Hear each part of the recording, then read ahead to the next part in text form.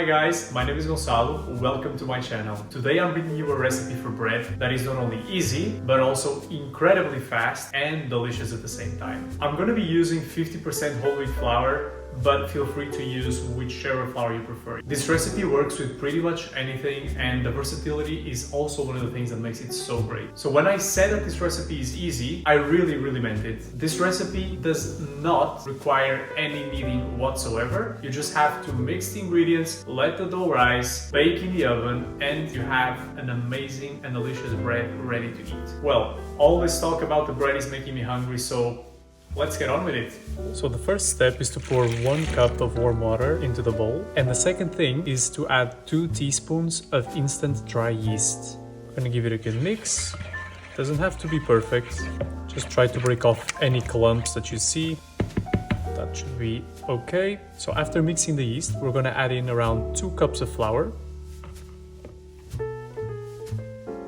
1 teaspoon of salt, and to add a bit more protein, we're also going to add 2 teaspoons of poppy seeds. We're going to mix it all. Try to make sure that there are no dry patches on the dough.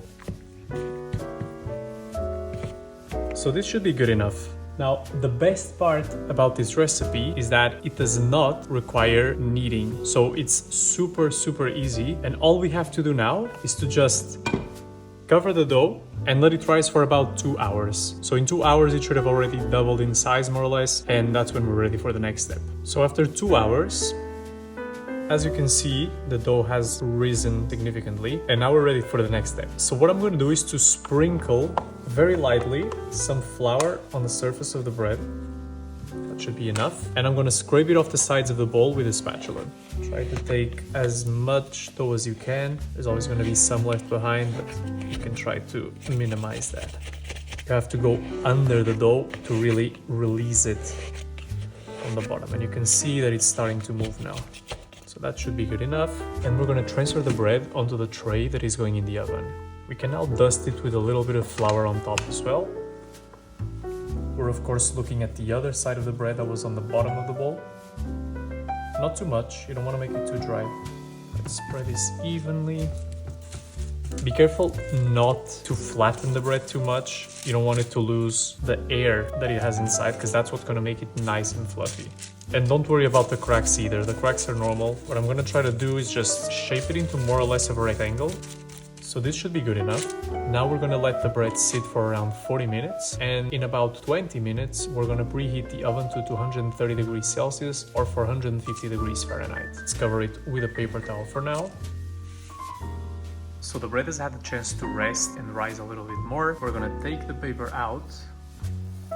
You can see that it's already pretty bigger. We're gonna do some very light scoring on the surface. Use the sharpest knife you have. This one is definitely not sharp enough, but we're gonna see what we can do. So we're gonna do 1 central stripe. We're gonna do 2 very light side stripes.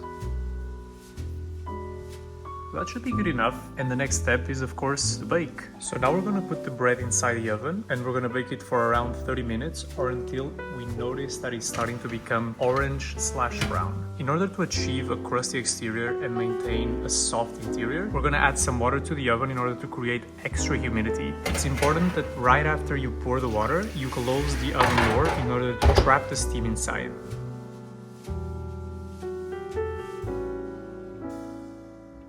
It's been around 30 minutes, so it's time to take the bread out.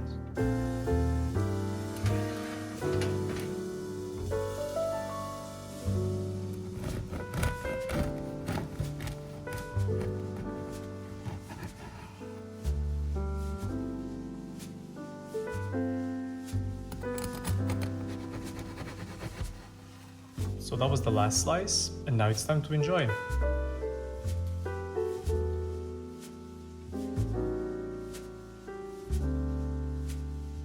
Thank you so much for watching, and as always, if you like this type of video, please make sure to subscribe. I'm going to be bringing you weekly recipes, so make sure to stay tuned for the next one. See you next week!